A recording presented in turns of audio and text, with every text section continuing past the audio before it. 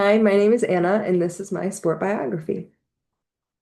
So, the first sport that I seriously did, and the one that shapes me as a person the most, is gymnastics. This is a photo of me in my first year of competition at 6 years old. In this year, I learned discipline, hard work, and the fundamentals of gymnastics in both my skills and my character. The next year, I started to compete for real scores. The news coach that I got was the owner of the gym, and it was very intense. This was before Safe Sport was created, so there were no boundaries in my training. Thankfully, I had a very close group of five other friends that I had to lean on. I didn't realize it then, but having a support system inside the gym was so important to me, and I encourage it with the kids that I coach now. After spending a couple of years there, I moved to another more intense gym. But with that came more struggles. I would see things in practice that should have never happened, like verbal and physical abuse. And I would even have to weigh in for practice to make sure that I wasn't gaining too much weight for them. It was an environment that at the time I thought was normal, but I now see as abuse.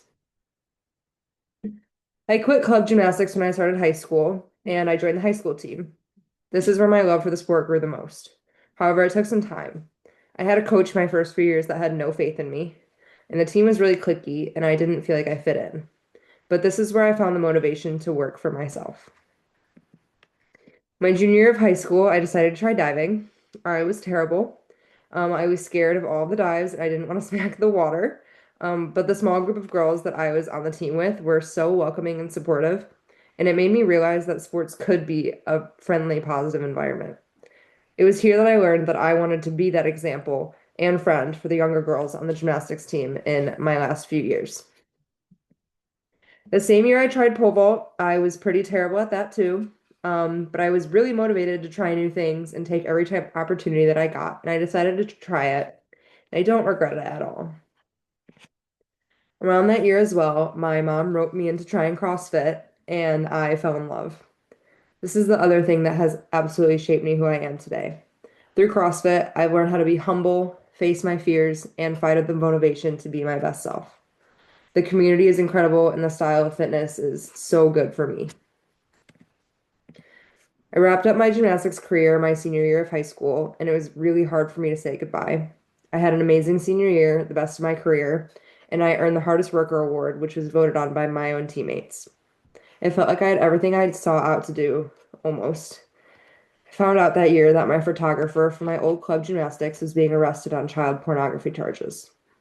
We were close, and this was really hard for me, so I took a step back for a while before I began coaching again.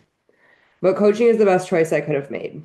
I get to teach kids how to let gymnastics teach them to be their best selves too.